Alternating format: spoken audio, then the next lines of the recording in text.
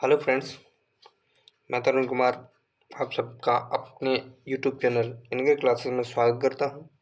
आज हम करने वाले हैं यूथ कंपटीशन का जो वीडियो का प्रैक्टिस सेट है उसका सेट नंबर 2। क्या करने वाले हैं? सेट नंबर 2 सॉल्व करेंगे। जीएस का सामान्य जानकारी। ज़्यादा टाइम ना लेते हुए शुरू करते हैं। हमारा पहला सवाल है, पानीपत के युद्ध में बाबर की जीत का मुख्य कारण क्या था? तो वो था तुलगामा प्रथा। जो पानीपत का प्रथम युद्ध जो दिल्ली के सुल्तान इब्राहिम लोदी एवं बाबर के मध्य लड़ा गया था 12 अप्रैल। कब लड़ा गया था? 12 अप्रैल 1526 ईस्वी को। तो इसमें जो मुख्य नीति अपनाई थी बाबर ने, वो अपनाई थी तुलगमा प्रथा। तो आपका सही जवाब होगा तुलगमा प्रथा। आपका अगला सवाल है, किस सुल्तान के काल में खालसा भूमि अधिक पैमाने पर विकसित हुई थी? तो वो हुई थी अलाउद्दीन खिलजी। आपका अगला सवाल है,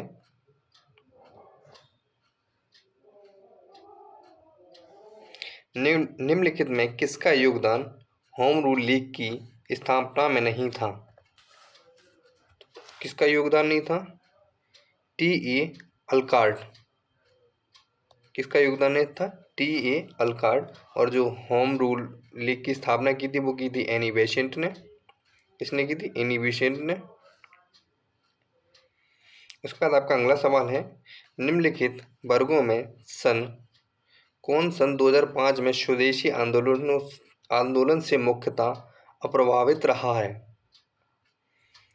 कौन सा वर्ग रहा है?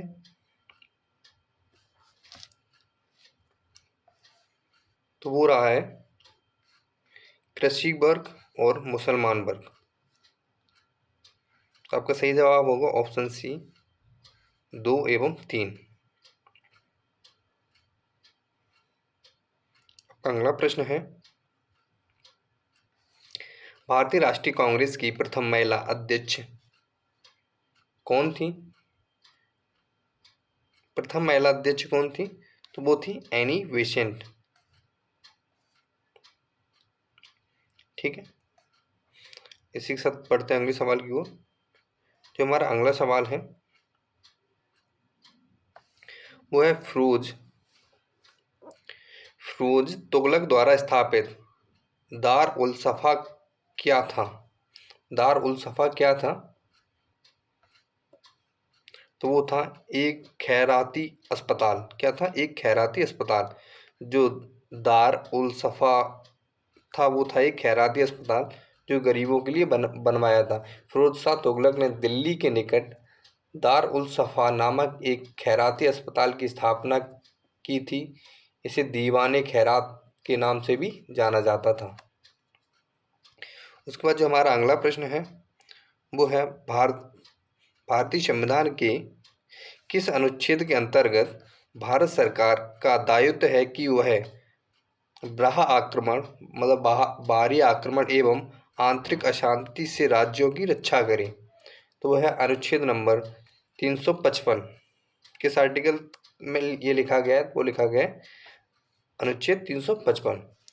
इसमें कहा गया है, संघ का यह कर्तव्य होगा कि वह बाह्य आक्रमण और आंतरिक अशांति से प्रत्येक राज्य की सुरक्षा करे और प्रत्येक राज्य की सरकार का इस संविधान उपबंधों के अनुसार चलाया जाना चाहिए। यह उपबंध है अनुच्छेद 356, 352 और 360।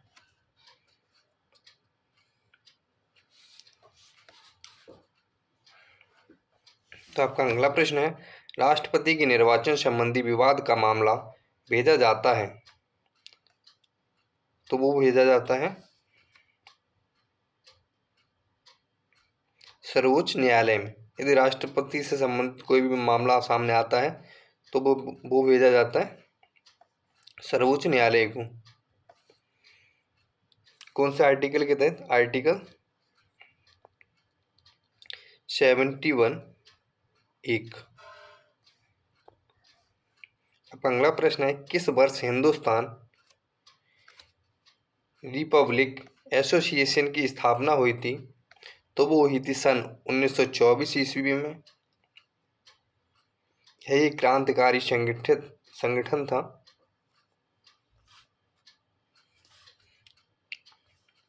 उसके बाद हमारा जो अगला प्रश्न है वो है,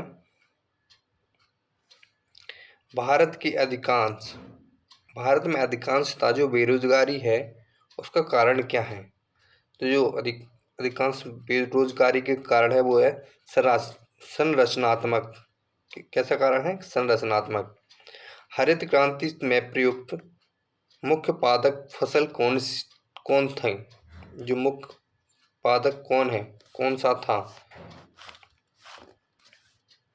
तो आपका सही जवाब होगा मैक्सिकन गेहूं। कौन सा है? मैक्सिकन गेहूं। अभी मैक्सिकन गेहूं क्या है? तो 1960 के दशक में कृषि में हरित क्रांति आई और इसके तहत मैक्सिकन गेहूं व डार्वन चावल की उच्च पैदावार वाली किस्मों से परिचय हुआ। उसके बाद जो हमारा अगला प्रश्न है वो है, निम्नलिखित में कौन सा तत्व परमाणु ईंधन की श्रेणी में नहीं आता है? कौन सा नहीं आता है? वो आता है कैडमियम। क्या नहीं आता है? कैडमियम। आपका सही जवाब होगा ऑप्शन ए कैडमियम। बाद बाकी थोरियम, यूरेनियम और प्लूटोनियम को हम परमाणु ईंधन के रूप में यूज करते हैं। आपका अगला प्रश्न है, पत्तियां क्यों हरे दिखते हैं? जो पत्ते होते हैं वो हरे क्यों दिखते हैं? तो उसका कारण है, हरे वर्ण का प्रतिबिंब एक बच्चे वर्णों का अवशोषण कर लेते हैं। तो आपका सही जवाब होगा ऑप्शन बी। आपका अगला प्रश्न है,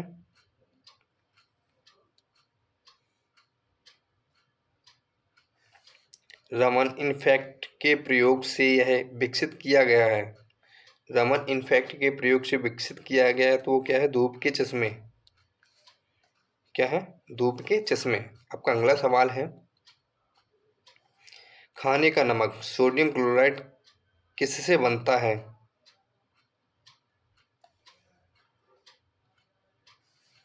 खाने वाला नमक सोडियम क्लोराइड किससे बनता है?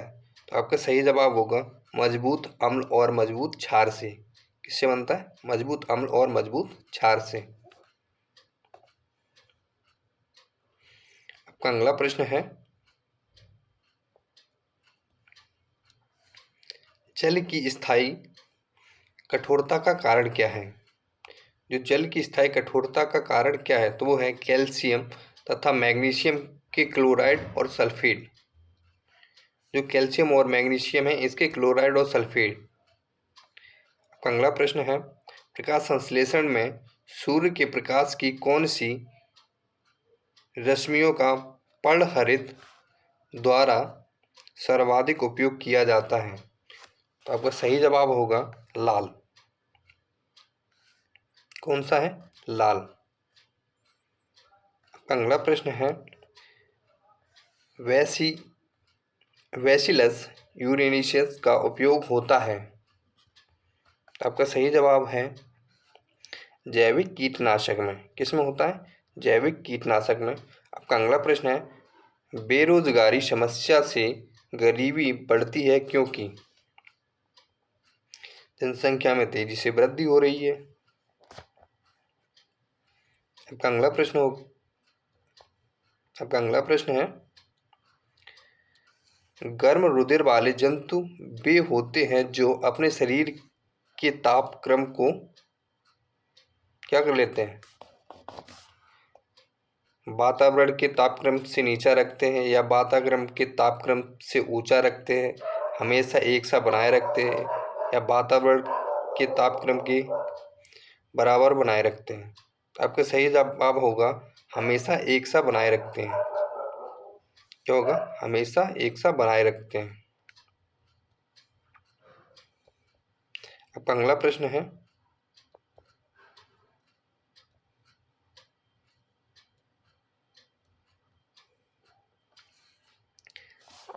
Central arid zone research institute कहाँ स्थित है? तो वो है जोधपुर में। कहाँ पे है? जोधपुर में। अब अगला प्रश्न है, निम्नलिखित में से कौन सा एक चाय में नहीं पाया जाता है? तो चाय में क्या नहीं पाया जाता है? तो चाय में मॉर्फिन नहीं पाया जाता है। क्या नहीं पाया जाता? मॉर्फिन। बाद बाकी का थीन, टैनिन और कैफीन चाय में पाया जाता है। सिर्फ मॉर्फिन चाय में नहीं पाया जाता है। अगला प्रश्न है, मसालों का बागान कहा जाने वाला राज्य कौन सा है? मसालों का बागान कहा जाने वाला राज्य कौन सा है? तो मसाले ज़्यादातर केरल राज्य में पाए जाते हैं, तो इसका सही जवाब क्या होगा? केरल। अगला प्रश्न है, लिंग संलग्नता की खोज प्रथम बार किसने की थी? तो आपका सही जवाब है ऑप्शन डी, मोर्गन। किसने की थी? Option D, Morgan. 1910 ईस्वी में अमेरिकी जैव वैज्ञानिक थॉमस हड मॉर्गन ने सर्वप्रथम ड्रोसोफिया में लिंग संलग्नता की खोज की थी। तो किसने की थी? हड मॉर्गन ने। कब की थी? 1910 ईस्वी को। अगला प्रश्न है, मिर्च में रंग का विकास होता है। जो मिर्च है उसमें रंग का विकास किसके कारण होता है? तो वो होता है कैप्सेथियन के कारण। किसके कारण होता है? कैप्सेथियन के कारण। अगला प्रश्न है, पपीते में प्रचुरता होती है, मतलब पपीते में कौन सा विटामिन पाया जाता है? तो आपका सही जवाब है ऑप्शन ए, विटामिन ए। पपीते में विटामिन ए भरपूर मात्रा में पाया जाता है। अगला प्रश्न है, नदी के जल प्रदूषण के निर्धारण के लिए खुली हुई मात्रा मापी जाती है। तो किससे मापी जाती है? क्लोरीन की, नाइट्रोजन की, ऑक्सीजन की या ओजोन की? आपका सही जवाब है ऑक्सीजन की। आजकल सबसे अधिक प्रयुक्त होने वाली इनपुट डिवाइस कौन सी है?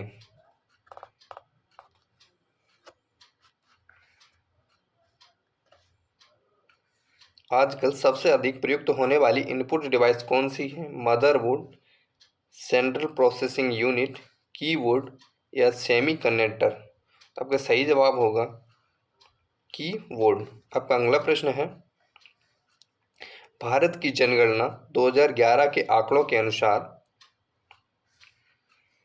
निम्नलिखित में किस राज्य में शिशु लिंगानुपात सर्वाधिक था?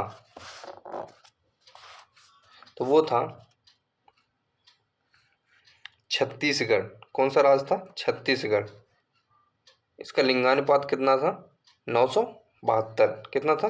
972, 972। चिपको आंदोलन संबंधित है।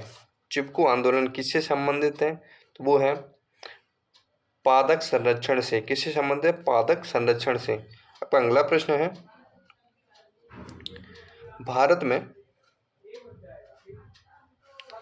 भारत में जैव विविधता की दृष्टि से संप्रप्त क्षेत्र निम्न में कौन सा है? तो आपका सही जवाब होगा पश्चिमी घाट। कौन सा है? पश्चिमी घाट। आपका अगला प्रश्न है, प्रसिद्ध चरकुला नृत्य संबंधित है। जो चरकुला नृत्य है वो कहाँ से संबंधित है? तो वो है ब्रजभूमि से। जो चरकुला नृत्य होता है वो होता है ब्रजभूमि, मतलब मथुरा के आसपास के क्षेत्र में। आपका अगला प्रश्न है, अति लोकप्रिय धार्मिक पत्रिका कल्याण। जो कल्याण है इसका प्रकाशित कहाँ हुआ? मतलब ये इसको कहाँ पे प्रकाशित किया गया था? तो इसको प्रकाशित किया गया था गोरखपुर में। गीता प्रेस गोरखपुर द्वारा 1927 में इसका प्रकाशन हुआ था। जो इसके रचयिता हैं वो लम्ब प्रसिद्ध चिंतक धर्मवेत्ता श्री हनुमान प्रसाद दोपहर जी हैं। अगला प्रश्न है, निम्नलिखित में किस फसल में उत्तर प्रदेश भारत में सबसे बड़ा उत्पादक नहीं है? तो आपका सही जवाब है चावल। चावल के उत्पाद में भारत मतलब उत्तर प्रदेश भारत में नंबर 1 के स्थान पर नहीं है। बाद बाकी आलू, गन्ना और गेहूँ तीनों में नंबर 1 मतलब सर्वाधिक उत्पादक उत्तर प्रदेश से होता है। लेकिन चावल एक ऐसी फसल है जिसमें उत्तर प्रदेश नंबर 1 पे नहीं है। अब अगला प्रश्न है, धौलपुर पावर परियोजना आधारित है। जो धौलपुर पावर परियोजना है वो किस पर आधारित है? तो वो है गैस पर आधारित। अगला प्रश्न है, भारत में लोकपाल एवं लोकायुक्त की स्थापना का सुझाव दिया था। तो वो किसने दिया था? वो दिया था प्रशासनिक सुधार आयोग ने। किसने दिया था? प्रशासनिक सुधार आयोग ने। ये कब दिया था? तो 1700 सॉरी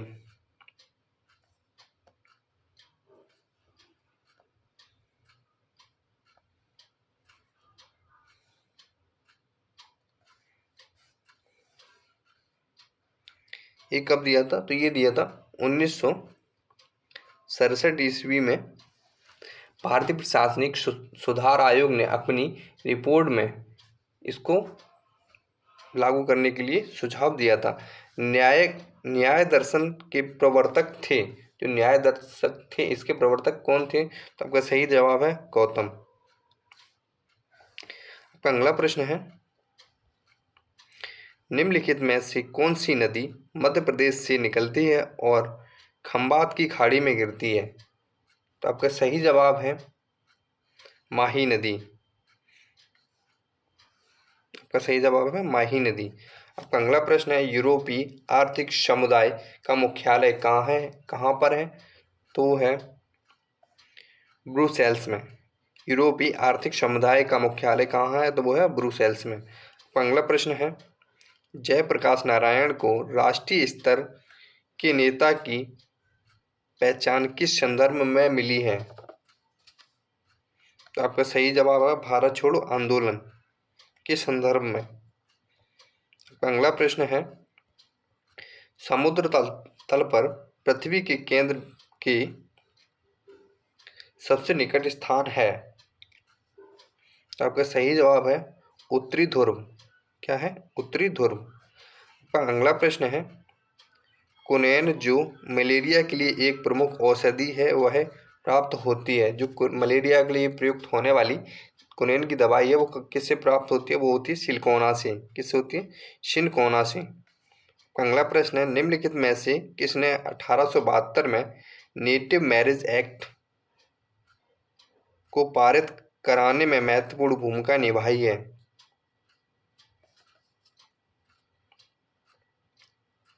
वो निभाई है केशव चंद्र सेन ने। किसने निभाई है? केशव चंद्र सेन। आपका सही जवाब होगा केशव चंद्र सेन।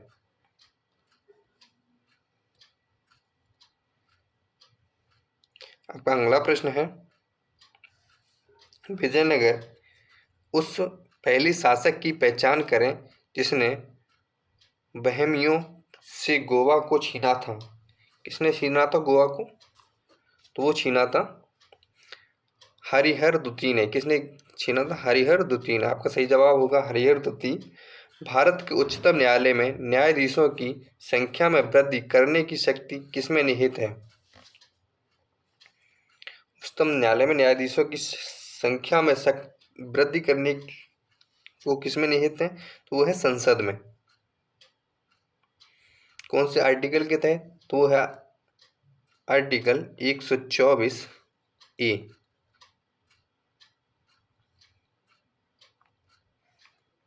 ठीक है।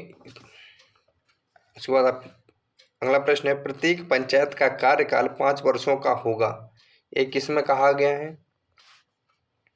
तो ये कहा गया अपनी पहली बैठक की तिथि से जो कार्यकाल होगा वो कब से शुरू होगा? तो वो होगा जब पंचायत की पहली जो बैठक होगी उस तिथि से 5 साल के लिए होगा। आपका अगला प्रश्न है,